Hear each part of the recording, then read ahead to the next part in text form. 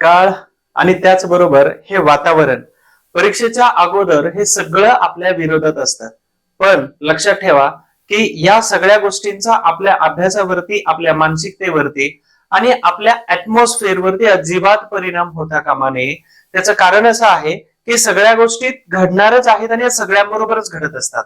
म्हणून लक्षात ठेवा की आपल्या अभ्यासाची दिशा आणि दशा या दोन्ही गोष्टी बदलता कामा नये. आणि जे पास होणारी जे उमेदवार आहेत, पास होणारी जे लोक आहेत, पास होणारी जी मुलं आहेत, तर हे पास होणारी लोक हे वेगळेपणाने कोणती गोष्ट करत नाहीत. ते प्रत्येक वेगळं काहीच करत नाही, प्रत्येक गोष्ट वेगळेपणाने करत असतात. आणि म्हणूनच आता चालू असणाऱ्या परीक्षेच्या अगोदरचा काळ हा खूप भयानक असतो. म्हणजे निगेटिव्हिटी भरलेली असते, लोक चांगले बोलत नाहीत, लोकांचं बिहेवियर आपल्या प्रती बिघडलेलं असतं आणि अशा सगळ्या गोष्टींचा आपल्या डोक्यावरती परिणाम होतो. आणि त्याच्यामुळं डोक्यावरती म्हणजे आपल्या अभ्यासावरती परिणाम होतो, वैयक्तिक नाही. आणि याचा परिणाम काय होतो की आपला त्या 11 ते 12च्या 60 मिनिटावरती होतो. कारण तिथं आपल्याला एका प्रश्नासाठी कमीत कमी 35 ते 40 सेकंद मिळतात आणि बाकीचा राहिलेला जो वेळ असतो तर हा आपल्याला गोल करणे असेल किंवा आन्सर शीट भरणे असेल, तर या सगळ्या गोष्टींसाठी यावर आपण एक वेगळा व्हिडिओ टाकणार आहे ह्या व्हिडिओ झाल्यानंतरचा. परंतु लक्षात ठेवा की वेळ आणि काळ ह्या दोन्ही गोष्टी आपल्या विरोधात आहेत. सध्याच्या वेळ, काळ आणि लोक सगळे विरोधात आहेत, पण आपल्या अभ्यासाची दिशा आणि दशा या दोन्ही गोष्टी बदलायच्या नाहीत. नमस्कार. मी सचिन गुळिक, हिस्ट्री बाय सचिन गुळिक ह्या युट्यूब चॅनलमध्ये तुम्हा सर्वांचं स्वागत करतोय. हा व्हिडिओ एक वेगळाच आहे. नक्कीच तुम्हाला या व्हिडिओचा सुद्धा फायदा होणार आहे. जाता जाता काही मिनिटांमध्ये हा व्हिडिओ बघून जायचा आहे. याचा एक भाग नंबर 1 आता येतोय आणि भाग नंबर 1 हा नंतर येणार आहे. बघा आपण काय करतोय तर गट ब आणि गट क, अर्थातच गट ब आणि गट क पूर्व परीक्षा झालेले जे आहेत 2017 ते 2019 असा 3 वर्षाचा आपण one liner PYQ one liner घेतोय. 2017, 18 आणि 19 या तिन्ही वर्षामध्ये 15 प्रश्न जे विचारलेले होते, तर ह्या 15 प्रश्नांचे आपण फक्त वन लाइनर आणि त्याचं उत्तर सुपर फास्ट मध्ये घेणार आहे. म्हणजे तुमचा परीक्षेच्या अगोदर एक गोष्ट लक्षात ठेवा, तुम्हाला कधी कधी वाटतं ना की आम्ही लोक अतिसंभाव्य प्रश्न घेतो. आता या अतिसंभाव्य प्रश्नामुळे तुम्हाला असं वाटतं की यातून प्रश्न येतात, आम्ही पण अंदाज लावलेला असतो आणि असे प्रश्न डिझाईन करून टाकतो ज्याचा उपयोग तुम्हाला परीक्षेमध्ये होतो. बरं, एक क्वेश्चन आहे त्याचे 4 ऑप्शन आहेत, कुठे ना कुठे प्रश्न बनतो. तर हे आतापर्यंतच अनुभव आहे.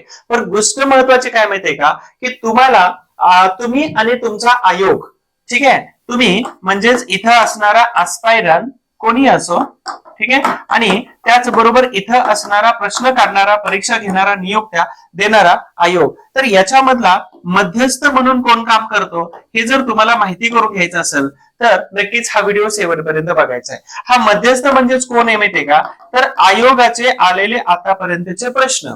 लक्षात आलं? म्हणून इथं गट ब आणि गट क पूर्व परीक्षेमध्ये 2017 पासून 19 पर्यंत 3 वर्ष भाग 1 मध्ये आणि त्याच्यानंतर 20, 21, 22, 23 अशा प्रकारचे 4 प्रश्न ज्या पत्रिका आहेत, तर ह्या भाग 2 मध्ये आपण कव्हर करतोय. आणि हा मध्यस्थ म्हणजेच हा दुवा म्हणून काम करतो. आणि ज्या मुलांनी, एक वाक्य लक्षात ठेवा, ज्या विद्यार्थ्यांनी PYQ चांगलं केलेलं आहे तर 100% त्यांचे रिझल्ट आलेले आहेत.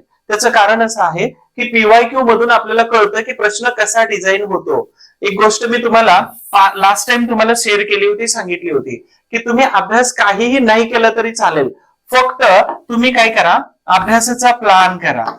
अभ्यास नाही केला तरी चालेल, तुम्ही अभ्यासाचा प्लॅन करा. किंवा मी फिरायला नाही गेलो एखाद्या ठिकाणावरती, एखाद्या हिस्टोरिकल, मी तर ऐतिहासिक ठिकाणीच फिरतो जास्तीत जास्त, जे माझं स्टेटस पाहतात त्यांच्या लक्षात येत असेल बघा. आणि मी आता हा व्हिडिओ बनवतोय तर या व्हिडिओच्या अगोदर मी लोगाव या ठिकाणी असणार इनफॅक्ट छत्रपती शिवाजी महाराज म्युझियम हे बघून आलो. पंडालमध्ये खूप छान म्युझियम बनवलेलं आहे. ओके, लक्षात घ्या की मी फिरायला नाही गेलो कुठं, पण त्याचा प्लॅन त्याचं एक आत्मिक समाधान मिळतं. म्हणजे सांगायचा उद्देश आहे की तुम्ही अभ्यास नाही केला तरी चालेल, पण तुम्ही प्लॅन करा.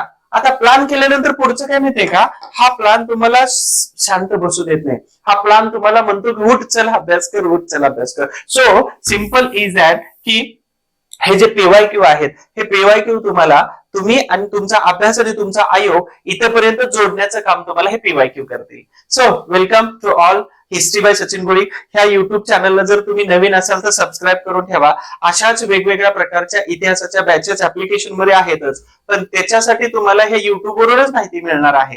किंवा आपला जो हिस्ट्री फॉर ऑल हा जो टेलिग्रामचा चॅनल आहे, तर हा टेलिग्रामचा चॅनल तुम्ही सगळ्यांनी जॉईन करून घेतलाच असेल. मी तुम्हाला थोड्याच वेळात ही सगळ्या घटना पण इथं दाखवणार आहेच. ठीक आहे, परंतु आता आपण काय करतोय तर गट ब आणि गट क 2017 पासून 19 पर्यंत 3 वर्षाच्या पीवायक्यू वन लाईनर स्वरूपामध्ये मी तुम्हाला प्रेझेंट करतोय.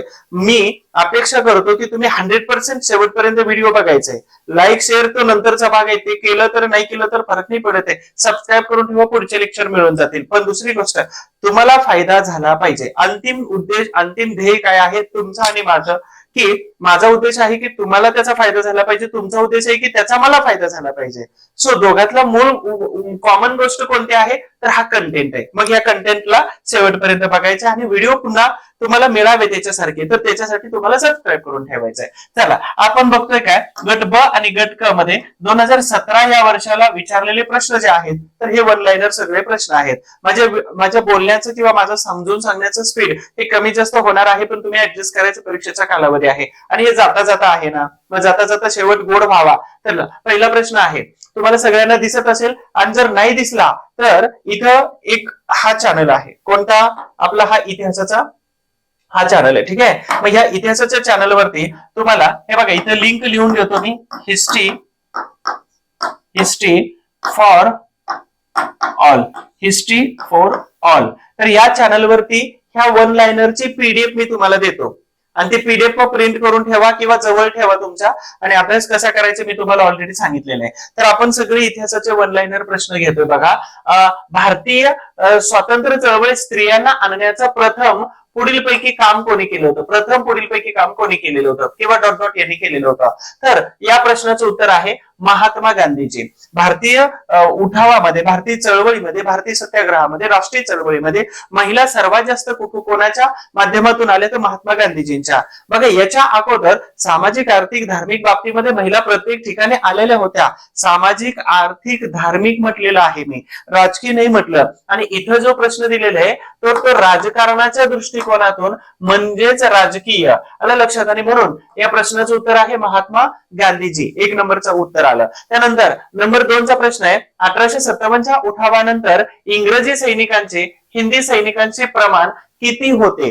आता हा प्रश्न ऍक्च्युली हॅशटॅगला जायला पाहिजे होता, कारण इथं आपल्याला प्रश्नामध्ये एक शब्द पाहिजे होता, तर प्रदेशाचं नाव पाहिजे होतं, कारण ह्या सैनिकांची संख्या प्रदेशानुसार ठेवलेली होती. मग प्रदेशानुसार तर हे सैनिकांचं प्रमाण आपल्याला दिले 1:2. मग उत्तर भारतामध्ये 1:2, पण दक्षिण भारतात उठावण्यात झालं 1:3 होतं, 3:5 पण होतं, म्हणून 1:2 आहे. पुढं टाटा हायड्रोलिक पॉवर कंपनीची स्थापना कोणी केली? तर दोराबजी टाटा यांनी केली होती. मग याच्याशी संबंधित असणारा अजून एखादा प्रश्न तुम्हाला विचारतात, 1921-22 मध्ये कुठे? तर मुळशी सत्याग्रह, आणि सेम प्रोजेक्ट होता टाटा हायड्रोलिक पॉवरचा. ठीक आहे, परंतु इथं दोराबजी टाटा यांनी सुरू केलेलं होतं. नंबर 4चा प्रश्न आहे, 1789 मध्ये सुरू झालेले मुंबई प्रांतातील पहिले वृत्तपत्र कोणते होते? वर्तमानपत्र कोणते होते? मुंबई प्रांतातलं पहिलं वर्तमानपत्र तर बॉम्बे हेरॉल्ड हे होतं. ठीक आहे, परंतु मग तुम्हाला वर्तमानपत्र जे आहे तर या टॉपिक वरती प्रश्न विचारला जातो. वर्तमानपत्र मग तो भाषिक आहे,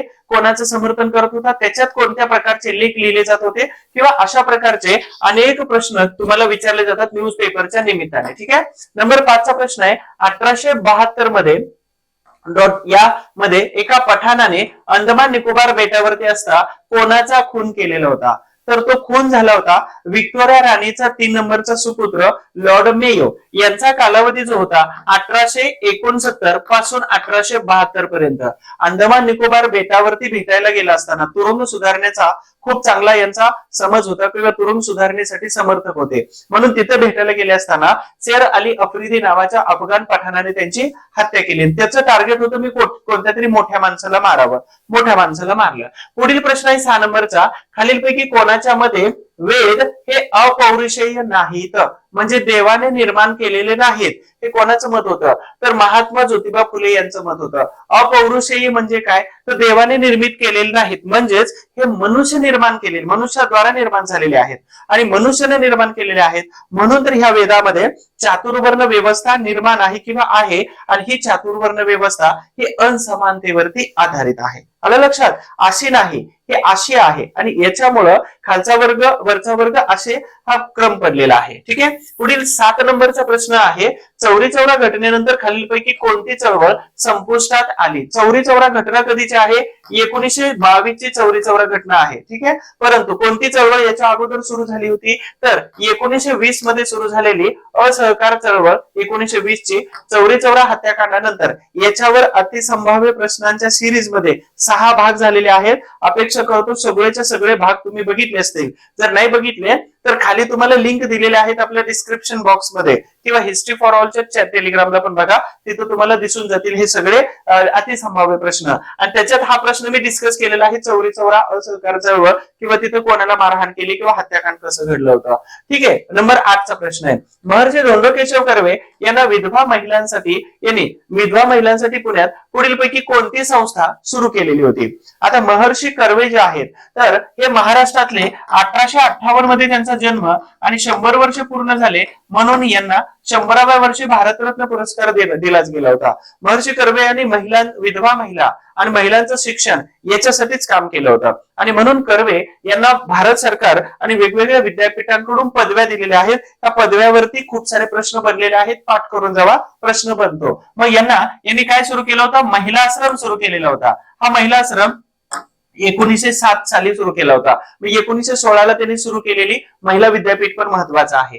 पुढील महत्वाचा प्रश्न आहे 9 नंबरचा, लखनौ लोकेशन विचारले बघा. येथील 1857च्या उठावाचे नेतृत्व कोणी केलेलं होतं? आता लखनौ मध्ये नेतृत्व कोण करत होतं? मग उत्तर प्रदेशमध्ये 3 महत्वाचे लोकेशन्स आहेत, एक लखनौ, कानपूर आणि मेरठ. ठीक आहे, तर लखनौ मधून कोण नेतृत्व करत होतं? अवधच्या बेगम. आलं लक्षात? आणि यावरती बऱ्याच वेळा प्रश्न विचारलेला आहे. मग कानपूर मधून कोण होतं? तर पुण्यातून तिकडे शिफ्ट झालेले नानासाहेब पेशवे हे कानपूर मधून नेतृत्व करत होते. आणि मग मेरठ मधून अनेक लोक नेतृत्व करत होते. मग 11 मेला या सगळ्या लोकांनी म्हणजे खान वगैरे तर यांनी नेतृत्व केलं ना. 11 मेला ते तिथून निघाले आणि दिल्लीमध्ये पोहोचले. 15 मेला दिल्ली परत इंग्रजांनी आपल्या ताब्यात घेतली होती. तर लखनौ 1857चा उठाव नेतृत्व करणाऱ्या बेगम हजरत महल, तर बेगम अवधच्या बेगम होत्या. त्यानंतर 1949 मध्ये कोणत्या प्रादेशिक विद्यापीठाची स्थापना करण्यात आली? तर त्याचं उत्तर आहे पुणे. मग तुम्हाला जाताना काय करायचं माहितीये का? तर महाराष्ट्रामध्ये जेवढी विद्यापीठं आहेत ती सगळी विद्यापीठं म्हणजे काही 8 ते 10 विद्यापीठं येतात, त्यापैकी 5 विद्यापीठं जरी केली तर तुम्हाला असा एखादा प्रश्न बनू शकतो. तर विद्यापीठं किती करायचे? तुम्हाला 4-5 विद्यापीठं पाठ करायचे. ठीक आहे. दुसरी महत्वाची गोष्ट, भारतात पहिली जी विद्यापीठं आलेली आहेत तर ही पण विद्यापीठं. अच्छा, ह्या लेक्चरच्या माध्यमातून तुम्हाला फायदा काय होणार आहे? 100% फायदा होणार आहे. सगळं PYQ 1 लाइनर इथे युट्यूबला घेतो, तुम्हाला पीडीएफ पण त्याची देतोय मी तुम्हाला. माझ्या व्हॉट्सअप नंबरवरती पण या पीडीएफ देतो बरं का, किंवा टेलिग्रामला पण देतो. व्हॉट्सअपला आणि टेलिग्राम दोन्ही ठिकाणी टाकून देतो. बरं, दुसरी गोष्ट फायदा काय होतो माहितीये का? मी प्रश्न कसा बनतो हे पण तुम्हाला सांगतोय ना. मग प्रश्न कसा बनतोय की बाबा इथं विद्यापीठ पुणे आलेलं आहे, मग पुणे विद्यापीठ आलं तर महाराष्ट्रातले विद्यापीठ तुम्ही करणार आहात, बरोबर का? परंतु भारतात विद्यापीठांची स्थापना कधी झाली? 1857 मध्ये. मग हे 1857 चे 3 विद्यापीठ, 4th 5व विद्यापीठ, हे विद्यापीठांचा तुम्हाला सगळा सिक्वेन्स सांगितला. क्वेश्चन इथं बनवू शकतो. ठीक आहे. पुढील प्रश्न आहे 11 नंबरचा, ब्रिटिश साम्राज्यशाहीने कोणत्या हे काम करा. हे जर तुम्हाला प्रश्न अतिशय स्पष्ट दिसत नसतील तर मग पीडीएफ पाठवतोय मी. मग हे व्हिडिओ चालू असताना किंवा चालू होण्याच्या अगोदर तुम्हाला पीडीएफ टेलिग्रामला टाकलेले किंवा व्हॉट्सअपला मी पाठवून देतो तुम्हाला.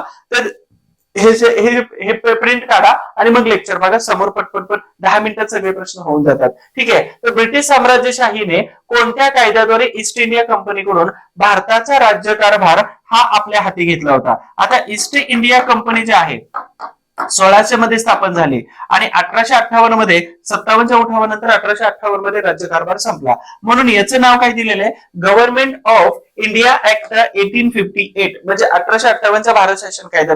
अतिशय महत्वाचा कायदा आहे. याला एवढं पाठ करा की परीक्षेला प्रश्न येणारच आहे, याच्यावरती एक असं फिक्स गृहीत धरा. बघा, त्यानंतर पुढील प्रश्न आहे 12 नंबरचा, वासुदेव बळवंत फडके खात्यात लिपिक होते. कोणत्या खात्यात लिपिक होते? डॉट डॉट खात्यात लिपिक होते. तर पहिलं रेल्वे खात्यात होते. ठीक आहे. त्याच्यानंतर टपाल खात्यामध्ये ते गेलेले होते. त्याच्यानंतर ते लष्करामध्ये पण काही वेळेला होते. पण हा प्रश्न जो आहे तर हा प्रश्न हॅशटॅगला टाकलेला आहे. आलं लक्षात. परंतु रेल्वे, टपाल आणि लष्कर मग पहिल्यांदा कुठे होतं तर रेल्वे खात्यामध्ये होते. ठीक आहे. यानंतर पुढील प्रश्न, साम्राज्यवादी विचारसरणी. आता याच्यावरती लोकांचे विचारसरणी आणि त्याबरोबर लोकांची नावं तुम्हाला जोड्या लावामध्ये विचारले. मग साम्राज्यवादी विचारसरणीचे व्हॅलेंटाईन चिरोड होते. हे टिळकांना काहीतरी बोललेले बघा, काहीतरी म्हणजे त्याचं कमेंट मध्ये सांगायचंय, मी तुम्हाला सांगणार नाही. ठीक आहे, जाऊ द्या. असंतोषाचे जनक जनक म्हटलं होतं. ठीक आहे. राष्ट्रवादी विचारसरणीचे आरशी मुजुमदार होते. केम्ब्रिज विचारसरणीचे अनिल सेयल होते आणि राष्ट्रवादी विचारसरणीचे आरपी दत्त होते. हा जोड्या लावाचा प्रश्न आहे. यानंतर पुढील प्रश्न 14 सेकंड लास्ट आहे. खालीलपैकी कोणत्या व्यक्ती सहकारी चळवळीशी संबंधित होत्या? हो म्हटलेले कोणत्या व्यक्ती विचारलेला आहे आपल्याला. मग बघा, भाऊसाहेब हिरे होते, विठ्ठलराव पाटील होते, वैकुंठभाई मेहता, धनंजय गाडगीळ, वसंतदादा पाटील, यशवंतराव मोहिते, भाऊसाहेब थोरात आणि जी के देवधर एवढ्या व्यक्ती ह्या कशाशी संबंधित होत्या? सहकार चळवळीशी संबंधित होता. लॉर्ड कर्झननी 1904 मध्ये सहकाराचा कायदा त्यांनी मंजूर केलेला होता. बघा, त्या सगळ्या व्यक्तींनी, मग ह्या सगळ्या व्यक्तीमध्ये याने आपापल्या एरियामध्ये आपापल्या शेती किंवा व्यवसाय किंवा अनेक संबंधी यांनी सहकार तत्वाला खूप जवळ केलेलं होतं. ठीक आहे, यांच्यावर प्रश्न विचारतात. अँड लास्ट क्वेश्चन इज 1908च्या कायद्याच्या कडक तरतुदीमुळे पुढीलपैकी कोणत्या वृत्तपत्रांनी त्यांचं प्रकाशन बंद केलेलं होतं? आता कायदे ब्रिटिश सरकार एवढं कडक आणत होतं की यांनी काही जरी लिहिलं तर त्याच्यावर रिस्ट्रिक्शन्स आणायचं, बंदी आणायचं, आणि म्हणून यांनी काय केलं तर ही वर्तमानपत्र बंद पडले. मग याच्यामध्ये युगांतर होतं, संध्या होतं आणि वंदे मातरम होतं. तर 2017 मध्ये एवढे इतिहासाचे 15 प्रश्न आले होते आणि ह्या 15 प्रश्नांचे फक्त प्रश्न आणि त्याचं उत्तर या व्हिडिओच्या माध्यमातून अगदी कमी वेळेमध्ये तुम्हाला सांगितलंय. बरं, त्याच्यावर अजून प्रश्न कसा विचारला जातो, त्या टॉपिकला पकडून अवतीभोवतीचं बॅकग्राऊंड हे पण तुम्हाला समजावून सांगितलंय. अपेक्षा करतो तुम्हाला हा व्हिडिओ आवडतोय आणि त्याचबरोबर तुम्ही अजून सबस्क्राईब केलं नसेल तर सबस्क्राईब करा. दुसरी गोष्ट, आपल्या जवळचे जे काही लोक असतात किंवा एमपीएससी करणारे ग्रुप असतात तर जे परीक्षा देणारे सगळ्या मुलांना पाठवून द्या, जेणेकरून आपल्या बरोबर त्यांना पण फायदा होईल. आलं लक्षात. आणि म्हणूनच हे सगळ्यात महत्वाचा व्हिडिओ आहे. याची पीडीएफ मिळवण्यासाठी ह्या व्हॉट्सअप नंबरवरती हाय करून द्या, पीडीएफ पाठवतो, किंवा टेलिग्राम ऑलरेडी टेलिग्रामवरती पीडीएफ तुम्हाला टाकून दिलेली आहे, तिथं जाऊन तुम्ही प्रिंट काढा. 1, 2, 3 पेजेसची प्रिंट होतात. हार्ड कॉपीज मध्ये अभ्यास करायचा. हे सगळं तुम्हाला वारंवार सांगून झालेलं आहे. आता पुढील महत्वाची गोष्ट तुम्हाला सांगायची, हा व्हिडिओ 2017चा झाला, 2018चा व्हिडिओ येतोय. पण तत्पूर्वी काही गोष्ट सांगून देतो की परीक्षा जशी जशी जवळ येते तसं आपण अंडर प्रेशर होतो, तसं आपल्याला करमायला सुरुवात होत नाही. आपल्याला बिलकुल बोर होतं, आपण सगळं काय ब्लँक होतो आणि लोक निगेटिव्ह आपल्या जवळ आसपास येत असतात, लोक आपल्याला नावं ठेवतात. ह्या सगळ्या गोष्टी होणारच आहेत, हे लक्षात ठेवा. आणि म्हणून याच्यावरती तुम्हाला जर काम काय करायचं असेल तर एकच उपदेश आहे, इग्नोरायन नमः. म्हणजेच काय तर सगळ्यांना आपल्याला दुर्लक्षित करायचंय, तरच तुमचा हा प्रवास चांगला होणार आहे. अदरवाईज तुम्हाला खूप डिस्टर्ब करणार आहेत लोक, आणि तुम्ही सक्सेस झालेलं आपले आई वडील आणि आपले ब्लड रिलेशन वाले थोडेफार लोक सोडले तर दुसऱ्यांना काहीच देणं घेणं नाही. म्हणजे तुम्ही हे करा, तुम्ही पास व्हा, तुम्ही काही करा, त्यांना काही देणं घेणं नाही. फक्त ते त्यांचं गाणं वाजवणार आहेत. ते गाणं म्हणजेच काय आहे, तर तुम्हाला टेन्शन देणं. आणि म्हणून तुम्ही टेन्शन घ्यायचं की तुम्ही टेन्शन दुसऱ्यांना पास होऊन द्यायचं. Choice is yours. ठीक आहे. म्हणून 2018 गट ब गट क मध्ये पूर्व परीक्षेला आलेले प्रश्न. 1920 मध्ये भारताचा प्रथम हाय कमिशनर म्हणून कोणाची नेमणूक करण्यात आली होती? तर 1920 मध्ये हे पद 1919च्या कायद्याने तयार केलं होतं. सर विल्यम मेयर हे पहिले हाय कमिशनर होते भारताचे. ठीक आहे, लक्षात ठेवा. 1919चा मॉन्टेग्यू चेम्सफोर्ड कायदा. नंबर 2 प्रश्न आहे, 1873 मध्ये बंगालमधील कोणत्या जिल्ह्यातील शेतकऱ्यांची संघटना स्थापन केली होती? 1873 दिलेला आहे. म्हणजे पबना हा जिल्हा होता बंगालमध्ये. ठीक आहे. इथं कापूस आणि त्याचबरोबर नीळ या दोन्ही गोष्टीसाठी अनेक वेळा सत्याग्रह झालेले आहेत, अनेक वेळा शेतकऱ्यांनी आंदोलन केलेले आहेत. दुसरी गोष्ट, तिसरा प्रश्न, ऑपरेशन पोलो हे कोणते संस्थान भारतीय संघराज्यात विलीन करण्यासाठी चालवले होते? तर ऑपरेशन पोलो हे हैदराबाद साठी चालवलं होतं. हे 1948 मध्ये. आलं लक्षात. आणि मग 17 सप्टेंबर 1948 4 दिवसाच्या कारवाईनंतर या हैदराबाद संस्थान रजाकाराच्या सेनेने माघार घेतलेली होती. पुढील प्रश्न आहे, मग आता याच्यावरती तुम्हाला म्हणाल हैदराबाद विचारलं, मग जुन्या काळात जम्मू काश्मीर वरती विचारतात का? कधीतरी विचारतात, पण याच्यावरती पण खूप रेअर क्वेश्चन येतो. नाही केलं तरी चालेल. हा हैदराबाद त्याच्या स्वातंत्र्यानंतरचा भाग आहे, तिथे तुम्हाला प्रश्न विचारला. जम्मू काश्मीर आहे, जुनागड आहे आणि हैदराबाद. तर त्यामध्ये जम्मू काश्मीर जुनागडला स्वातंत्र्यानंतर विचारतात, म्हणजेच राज्यसेवा मुख्य परीक्षेमध्ये. इथं फक्त तुम्हाला हैदराबाद हे महाराष्ट्राशी संबंधित आहे म्हणून तुम्हाला विचारलं जातं, कारण मराठवाड्याचा बराच भाग हैदराबाद संस्थानामध्ये गेलेला होता. पुढील प्रश्न आहे 4 नंबरचा. विद्यार्थी काँग्रेस आणि साधना हे नियतकालिके, नियतकालिक म्हणजेच काय तर कधी निघत होतं. नियतकालिक कोणी सुरू केली होती, तर याचे लेखक किंवा याचे संपादक आणि याचे संस्थापक हे साने गुरुजी होते, लक्षात ठेवा. पुढील प्रश्न आहे 5 नंबरचा. कोल्हापूर प्रजा परिषदेची स्थापना खालीलपैकी कोणाच्या प्रयत्नाने झालेली होती? कोल्हापूर प्रजा परिषद माधवराव बागोल आणि त्याचबरोबर रत्नापा कुंभार. हे रत्नापा कुंभार संविधान सभेचे सदस्य होते, लक्षात घ्या. मग ज्यावेळी कोल्हापूर संस्थान भारतात विलीन करायचं होतं 47 ला, तर त्यावेळी सरदार वल्लभभाई पटेल यांनी रत्नापा कुंभार यांना समोर केलेलं होतं आणि त्यांना सांगितलं होतं तुम्ही संस्थानामधले लोकांची आणि राज्याची मन वळवा. हे रत्नापा कुंभार होते. पुढील प्रश्न आहे. कृष्णाजी प्रभाकर खाडीलकर यांनी खालीलपैकी कोणाचे अनुयायी झाले? अनुयायी होते कोणाचे? लोकमान्य टिळकांचे अनुयायी होते, पण झाले कोणाचे नंतर? टिळकांच्या नंतर 1920 नंतर महात्मा गांधीजींचे अनुयायी बनले. पुढील प्रश्न आहे. विष्णू बाबा ब्रह्मचारी आणि मिशनरी यांच्यातील वाद खालीलपैकी कोणत्या पुस्तकात आहे? आता ख्रिश्चन मिशनरी आणि विष्णुबुवा ब्रह्मचारी. आता विष्णुबुवा ब्रह्मचारी. बरं, याच्यामध्ये गंमत काय माहितीये का?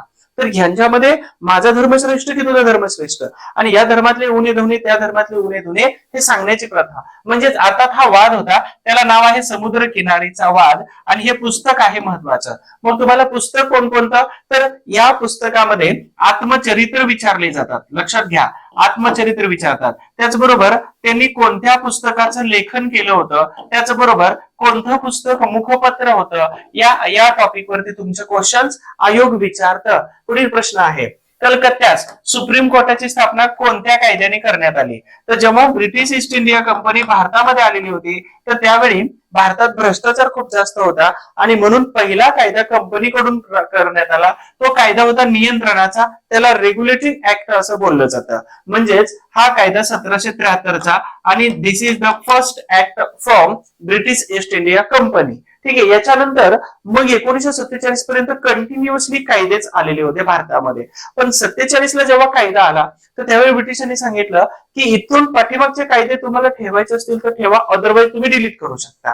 ठीक आहे. पुढील महत्वाचा प्रश्न आहे की बंदी जीवन ही पुस्तिका कोणी लिहिली? तर बंदी जीवन ही सचिंद्रनाथ सन्याल यांनी लिहिलेली होती. ही पुस्तिका जी आहे किंवा हे पुस्तक आहे, तर ही क्रांतिकारी लोकांसाठी एक खूप मोठं इपिक बनलेलं होतं, क्रांतिकारी लोकांसाठी प्रेरणादायी ग्रंथ बनलेला होता. मग पुढे जाऊन आपण HRA आणि HSRA संघटना जे बघतो, तर या संघटनांनी प्रेरणा घेतली होती बंदी जीवन या सचिंद्र सन्याल यांच्या पुस्तकापासून. मग तुम्हाला इथं क्रांतिकारी चळवळ आली किंवा यांचं पुस्तक आलं.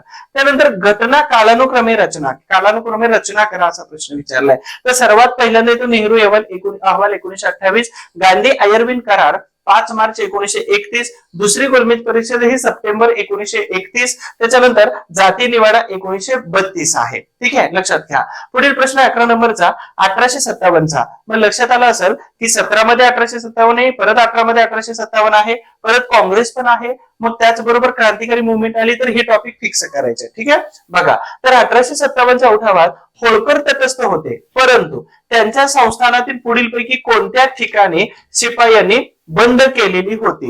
होळकर कुठे होते? तर इंदोरचे होळकर आहेत. ठीक आहे, इंदोरचे होळकर. आणि शिंदे कुठे होते? ग्वालेरचे शिंदे. तर इंदोरच्या होळकरामध्ये झाले होतं, परंतु यांच्या काही भागामध्ये उठाव झाला होता. तर तुम्हाला प्रश्न काय विचारतात? इंग्रज सरकारला मदत करणारे लोकांची नावं सांगा. ठीक आहे, असाही क्वेश्चन विचारतात. तर या शिपायांनी बंद केलं होतं कोणत्या ठिकाणी? तर महू, डॉक्टर आंबेडकरांचा जिथं जन्म आहे, आणि दुसरा आहे इंदोर. तर या दोन्ही ठिकाणी बंद झालेला होता, पण होळकर मात्र इंग्रजांबरोबर तटस्थ होते. क्लिअर झाला? त्यानंतर पुढील प्रश्न आहे जोड्या लावामध्ये विचारलाय. मग इथं नाटकं विचारलेले आहेत. कोणी लिखाण केलं कर्जतच्या विरोधामध्ये किंवा असं काहीतरी? तर किचकवत नाटक लिहिलं होतं खाडीलकरांनी. प्रभाकर खाडीलकर आपण वरती बघितलेलंच होतं. कृष्णाजी प्रभाकर खाडीलकर यांनी त्यांचं आडनावं फक्त टाकलेले आहेत. त्यानंतर स्वदेशी फणसाळकर, वंगभंग वासुदेव साठे आणि भीमराव हे लक्ष्मण जोशी यांनी लिहिलं होतं. मग हे कशाच्या निमित्ताने लिहिलेलं आहे इथं बघा. 1905 ची बंगालची फाळणी आणि या बंगालच्या फाळणीवरती तुम्हाला बऱ्याच वेळा प्रश्न विचारला जातो. मग लॉर्ड कर्झन या बंगालच्या फाळणीच्या निमित्ताने तुम्हाला पाठ करून घ्यायचे आहेत, कारण लॉर्ड कर्झन वरती बऱ्याच वेळा प्रश्न विचारला जातो आणि लॉर्ड कर्झन अतिशय महत्वाचा व्यक्ती आहे जो आपल्या परीक्षेच्या दृष्टिकोनातून आणि त्याचबरोबर तुम्हाला परीक्षेला विचारला जातो आणि त्याच्याबरोबर त्यांची कारकीर्द कशी होती, वाद काय झाला होता, बंगालची फाळणी, मुस्लिम लीग यावर सगळ्यावर प्रश्न विचारतात. त्यानंतर सेकंड लास्ट क्वेश्चन आहे, खालीलपैकी कोणते सन्मान महर्षी कर्वे यांना दिले गेले होते. मग महर्षी कर्वे मी तुम्हाला चतुसूत्री ऑलरेडी सांगितलेली आहे, आलं लक्षात. मी तुम्हाला चतुसूत्री सांगितलेली आहे. मग ही चतुसूत्री कोणती आहे बघा, इथं लक्ष द्या. चतुसूत्रीमध्ये तुम्हाला व्यक्ती सर्वात महत्वाची, पहिली गोष्ट व्यक्ती, नंबर 2 वर्ष, ठीक आहे, नंबर 3 ठिकाण आणि नंबर 4 एखादी संस्था किंवा एखादी संघटना, ठीक आहे. याच्या बाहेर कधीच प्रश्न जात नाही. धिस इज द चतुसूत्री, ही चतुसूत्री आहे आणि याच्या बाहेर कधीच प्रश्न जात नाही, आलं लक्षात. आणि म्हणूनच ही चतुसूत्री तुम्हाला पाठ करून द्यायची. मग आता मी तुम्हाला 6 समाजसुधारक पण सांगणार आहे, 6 समाजसुधारक पण सांगणार आहे, पण हे 6 समाजसुधारक नंतर शेवटी सांगणार आहे की नेमके कोणते. 6 प्लस आपल्याला अजून 3 ऍड करता येऊ शकतात, ठीक आहे. बरं, इथे रिपीट कोण झालेले आहेत, महर्षी कर्वे, शाहू फुले आंबेडकर, पंडितरावबाई कर्वे हे फिक्सच येतात बघा. तर धोंडो केशव कर्वे यांना काय केलं, तर खालीलपैकी कोणत्या पदव्या दिल्या असा प्रश्न विचारलाय. मग LLD दिली, डिलीट दिली, पद्मविभूषण दिलं आणि 100 वर्ष पूर्ण झाले म्हणून भारतरत्न पुरस्कार दिलेला होता. आणि लास्ट क्वेश्चन आहे 2018चा की राष्ट्रीय काँग्रेस, फिक्स क्वेश्चन काँग्रेस पाठच करून जायचं. आणि तुम्हाला शॉर्ट नोट्स भेटल्या नसतील बघा, 35 पानामध्ये इतिहास टाकलेले, किती वाचायचे तेवढा वाचा, कमीत कमी तुमचे 10 पैकी 7 प्रश्न तिथेच येतील अशी गॅरंटी मला वाटते. परीक्षा झाल्यानंतर भेटा नक्की हा. बघा, तर गॅरंटी वाटते म्हटले शंका आहे त्याच्यावरती, म्हणजे माझा विश्वास आहे त्याच्यावरती, शंकेपेक्षा विश्वास शब्द चांगला आहे. तर राष्ट्रीय काँग्रेसचे पहिले अध्यक्ष होते योमेश चंद्र बॅनर्जी यांनी काँग्रेस स्थापनेच्या मूलभूत उद्दिष्टे कोणती सांगितली, काँग्रेस स्थापन काय करतोय आपण याची मूलभूत उद्दिष्ट. तर 4 ऑप्शन दिले होते, 4 पैकी 2 ऑप्शन आपण फक्त इथे बरोबर घेतोय. कोणते, तर राष्ट्रीय भावना, लोकांमध्ये राष्ट्रीय भावना जागी करायची होती. आणि दुसरी गोष्ट ऐक्य भावनेचा विचार आणि दृष्टिकोन, सगळी लोक एकत्र कशी येतील आणि त्यांच्यामध्ये राष्ट्रीय भावना वाढीस कशी लावायची. तर ह्या सगळ्या गोष्टींचा विचार हे 1885 मध्ये भारतीय राष्ट्रीय काँग्रेसच्या स्थापनेच्या वेळी पहिले अध्यक्ष या नात्याने दादाभाई नौरोजींचे मित्र योमेशचंद्र बॅनर्जी यांनी उद्दिष्ट मानले होते. मग या काँग्रेसवरती मी युट्यूबला लेक्चर घेतलेलं आहे. जर तुम्हाला फुल लेक्चर बघायचं असेल तर बॅच घ्यावी लागेल, पण बॅचची गरज नाही. तुम्हाला ऑलरेडी आपल्याच युट्यूब वरती भारतीय राष्ट्रीय काँग्रेसचं A to Z लेक्चर घेतलेलं आहे. एक करा, एका प्रश्नाची तयारी होते, पाऊण तासामध्ये एका प्रश्नाची तयारी. अशा पद्धतीनं आपण 2018 साली जेवढे 14 प्रश्न विचारले होते इतिहासाचे ते सगळेचे सगळे इथं कव्हर केलेले आहेत. अपेक्षा करतो तुम्हाला या प्रश्नाच्या निमित्ताने अजून कोणते प्रश्न येऊ शकतात हे पण कळतंय. त्याचबरोबर एक अंदाज येत असेल की नेमका प्रश्न कसा बनतोय आणि त्याच्याशी संबंधित अजून कोणकोणत्या गोष्टी इथून तुम्हाला शिकायला मिळतात. तर सबस्क्राईब केलं नसेल चॅनलला तर सबस्क्राईब करून जावा आणि लाईक पण करा, म्हणजे तुम्हाला त्याच्यावरती कोणत्या प्रकारचा GST लागत नाही, ठीक आहे. आणि यानंतर आपला पुढील महत्वाच्या प्रश्नाकडे जाण्याच्या अगोदर एक छोटीशी सूचना आहे. तर ह्या तुमच्यासाठीच्या क्लास नोट्स आहेत बघा, क्लास नोट्स शॉर्ट नोट्स दिलेले आहेत आणि या एवढ्या शॉर्ट नोट्स आहेत की हे 35 पानामध्ये ह्या शॉर्ट नोट्स बसलेले आहेत. 35 पान आहेत फक्त आणि 35 पानामध्ये तुम्हाला सगळाच इतिहास टाकलेला आहे. म्हणजे सगळा म्हणजे काही अक्षर छोटी करून नाही टाकलं, ज्या टॉपिक वरती आयोगाकडून प्रश्न येऊ शकतो असे अतिसंभाव्य टॉपिक टाकून 35 पानं. मग ह्या नोट्स तुम्हाला ह्या मोबाईल नंबर व्हॉट्सअप वरती मिळतील, अदरवाईज तुम्हाला टेलिग्राम वरती मिळून जातील. लक्षात आलं, टेलिग्राम वरती आहेत ऑलरेडी, फक्त शॉर्ट नोट्स असं सर्च करा, सगळे मिळून जातील टेलिग्रामला. आणि तिथं नाही भेटले की व्हॉट्सअप नंबर वरती हाय करून द्या, नाव सेव्ह केल्यानंतर. दुसरी महत्वाची सूचना आहे आपली इंटिग्रेटेड बॅच. आता आपलं जर टार्गेटच कंबाईनचं जर असेल तर योग्य मार्गदर्शकाकडून शिकण्याची एक संधी आहे. बीएन अकॅडमी कडून हे सगळे आम्ही लोक टीम वर्क म्हणून काम करतोय, टीम वर्क मध्ये, आणि सगळे अनुभवी लोकांकडून की ज्यांना 10 वर्षापेक्षा जास्त अनुभव आहे आपापल्या विषयामध्ये एक्सपिरियन्स शिकवण्याचा. ठीक आहे. आणि म्हणून ही सगळी बॅच आहे. तर आता प्रवेश सुरू आहे बीएन अकॅडमी मध्ये. इथं तुम्हाला नंबर दिलेला आहे. ऑफलाईन बॅच साठी तुम्हाला Shastri road, Indulal complex, BN road, आणि ऑफलाईन बॅच साठी अमोल पाटील हे ऍप्लिकेशन डाउनलोड करायचंय. दुसरं अजून जर तुम्हाला एमपीएससी, युपीएससी आणि कंबाईनच्या फक्त विषयानुसार बॅच करायचे असेल, राज्य व्यवस्था आणि अर्थव्यवस्था, तर यनश्याम सर आहेत, त्यांचा नंबर इथं आहे. सगळी माहिती सर तुम्हाला सांगतील. ठीक आहे. सूचना समाप्त.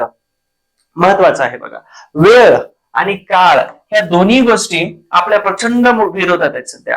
वेळ, काळ आणि अजून एक शब्द लिहितो मी, लोक.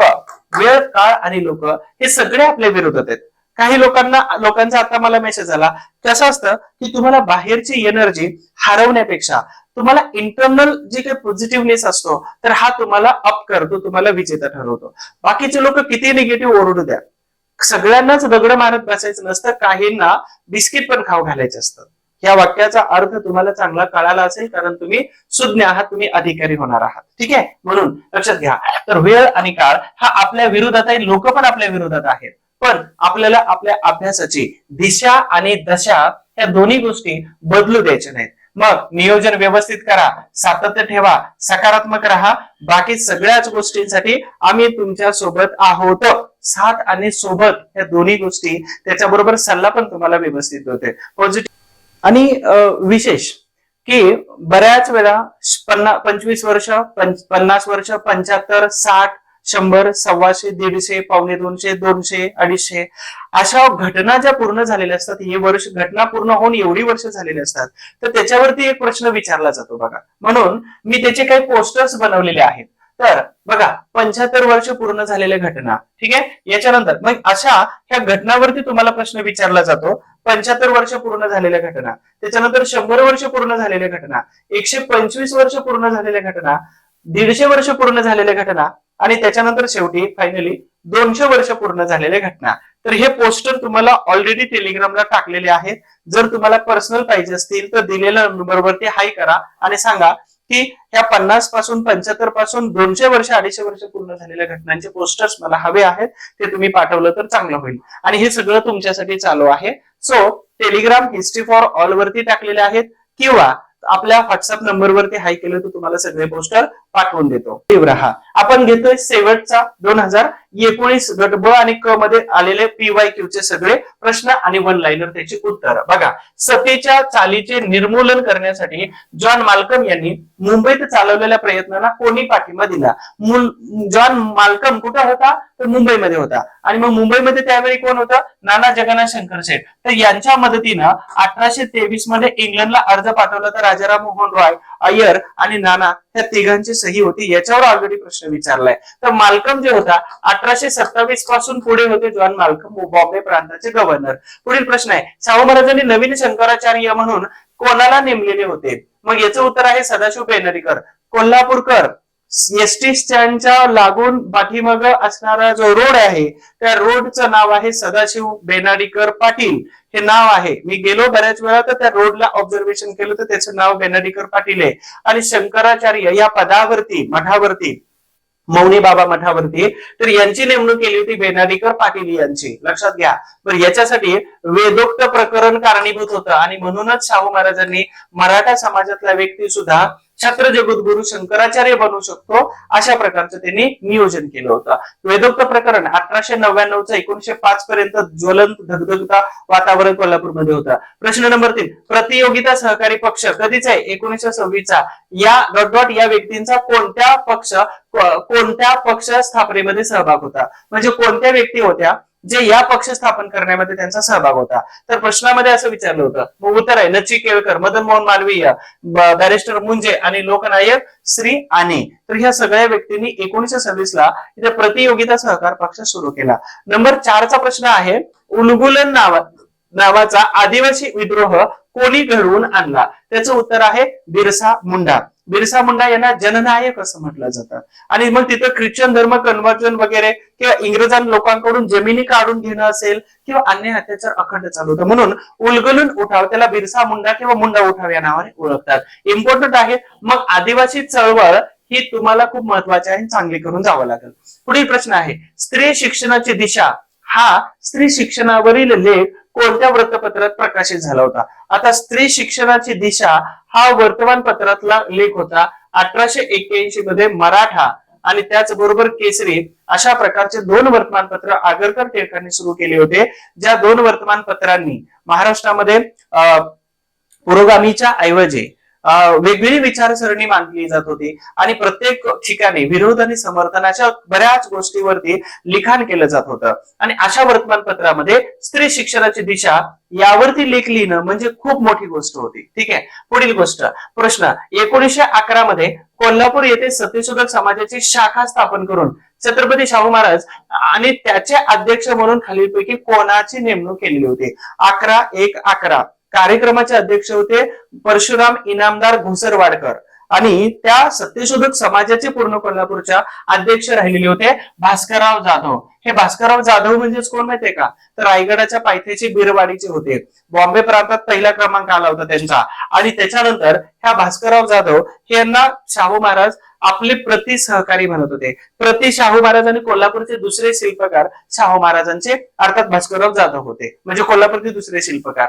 पुढील प्रश्न आहे, आता मी यांच्याबद्दल जास्त काय बोलत नाही, पण विशेष की माझ्या नोट्स मध्ये सगळी डिटेल टाकलेली. पहिली गोष्ट सगळी माहिती टाकलेली, म्हणजे शाहू महाराज घेतलं की त्यांच्या समर्थक गट टाकलं, आंबेडकर घेतले की दलित चळवळीचे सगळे लोक टाकले, महात्मा फुले टाकलं की त्यांच्या खाली सगळे सत्यशोधक समाज सुधारणेचे सगळे समर्थक टाकले. तर ह्या नोट्स ऑलरेडी तुम्हाला पोहोचलेल्या असतील. नाही पोहोचल्या व्हॉट्सअप करा, नाही पोहोचल्या टेलिग्रामला जावा, नोट्स मिळवा तिथून. कुठलंही पुस्तक वाचण्यापेक्षा 100% सांगतो नोट्स खूप चांगले आहेत, हे पण लक्षात ठेवा. म्हणजे जेव्हा संयुक्त महाराष्ट्राची चळवळ सुरू होती तर त्यावेळी अनेक नेते परिषदा समित्या आणि सभा भरवून हे लोकांना जनजागृती करायचे. पण 4 शाहीर असे होते. आसाराम पाटील होते, अमर शेख होते. मी बार्शीला गेलो तर अमर शेख यांचा पुतळा तुम्हाला दिसला असेल आपल्या टेलिग्राम वरती. तर दत्ता गवाणकर होते, आसाराम पाटील, अण्णाभाऊ साठे आणि शाहीर अमर शेख. ह्या 4 लोकांनी पूर्ण महाराष्ट्राला झोपू दिलं नाही. म्हणजे कुठलंही भित्तीचं पत्रक न लावता, जाहिरातबाजी न करता, फेसबुक इन्स्टाला बूस्ट न करता किंवा युट्यूबला लेक्चर न घेता, कुठल्याही प्रकारची जनजागृतीचं माध्यम नसताना केवळ एका काळ्या फळ्यावरती पांढऱ्या खडूनही लिहिलं जायचं की अमुक अमुक दिवशी या वेळेला इथं सभा आहे. लाखो लोक जमायचे आणि लाखो लोकांमध्ये अण्णाभाऊ साठे लिखाण करायचे, शाहीर अमर शेख, आसाराम पाटील आणि हे गव्हाणकर यांच्यासारखी लोक तुफान गाणी म्हणायचे आणि लोकांमध्ये जनजागृती करायची. लाखो लोक ऐकायचे पाठीमागपर्यंत. आणि आता माईक लावावं लागतात, त्यानंतर काय डीजे लावावं लागतात गुलाल उधळण्यासाठी. चला नाचणे मोरा.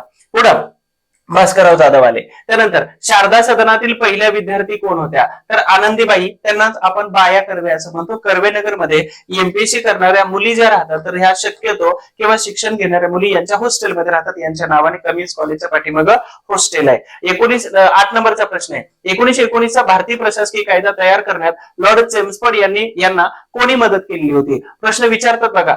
भूपेंद्रनाथ बासू यांनी 1919 मध्ये मसुदा तयार केला होता आणि ह्या मसुद्यासाठी हे फेमस आहेत. बरं, दुसरा आता मी एक प्रश्न असा विचारतो, 1909 मध्ये इथं मसुदा तयार करण्यासाठी कोणत्या भारतीय व्यक्तीने या 1909 च्या मॉन्टेग्यू चेम्सफोर्ड सुधारणा कायदा याच्यासाठी मदत केलेली होती?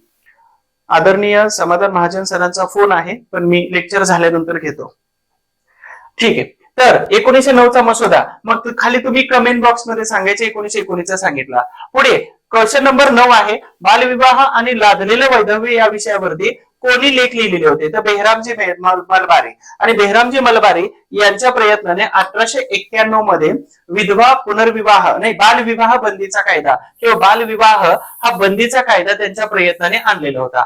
पुढील प्रश्न आहे, छत्रपती शाहू महाराजांनी खालीलपैकी कोणत्या वृत्तपत्रांना आर्थिक मदत केलेली होती? 2019 चा क्वेश्चन आहे हा. तर तरुण मराठा, विजयी मराठा आणि कैवारी आणि तेज. आता याच्यामध्ये कैवारी तेज वर्तमानपत्र शाहू महाराजांच्या नंतर जरी आलेली असली तरी कोल्हापूर संस्थानामधून या दिनकरराव जवळकर यांच्या वर्तमानपत्रांना मदत होत होती, नाकारता येत नाही. त्यानंतर मग शाहू महाराजांनी मदत केलेली वर्तमानपत्र कोणकोणती आहेत, तर या वर्तमानपत्रावरती पुन्हा एकदा नजर टाकून जावा, कारण शाहू फुले आंबेडकर स्किप करायचे नाहीत, 100% प्रश्न विचारतात. पुढील महत्वाचा क्वेश्चन आहे, पुढीलपैकी कोणत्या व्यक्तीने शालोपयोगी पुस्तके लिहिली होते. हा प्रश्न हॅशटॅगला गेलेला आहे आणि ऑप्शन मध्ये त्या व्यक्तीचं नावच आलं नाही, म्हणून हॅशटॅग गेला होता.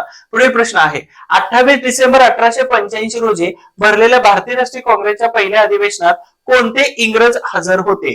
मग भारतीय राष्ट्रीय काँग्रेस हा खूप महत्वाचा टॉपिक आहे. सलग याच्या पाठीमाग पण इथं पण प्रश्न विचारलाय काँग्रेसवरती, ठीक आहे, इथं विचारला, याच्यानंतर इथे प्रश्न विचारलाय भारतीय राष्ट्रीय काँग्रेसवरती. मग मला सांगा पुन्हा एकदा भारतीय राष्ट्रीय काँग्रेस का रिपीट होऊ नये, तर पुढच्या परीक्षेमध्ये 20, 21, 22, 23 या 4 वर्षामध्ये तुम्हाला काँग्रेस मी दाखवून देतो. काँग्रेस पाठ करून जावा, लक्षात ठेवा. मग यांनी काय म्हटलंय, ॲलन ह्यूम होते, हेनरी कॉटन होते आणि विल्यम वेडनबर्न होते. ॲलन ह्यूम कोण होते, सचिव होते. हेनरी कॉटन आणि विल्यम वेडनबर्न हे वेगवेगळ्या ठिकाणी वेगवेगळ्या वर्षांच्या अधिवेशनाचे अध्यक्ष राहिले होते.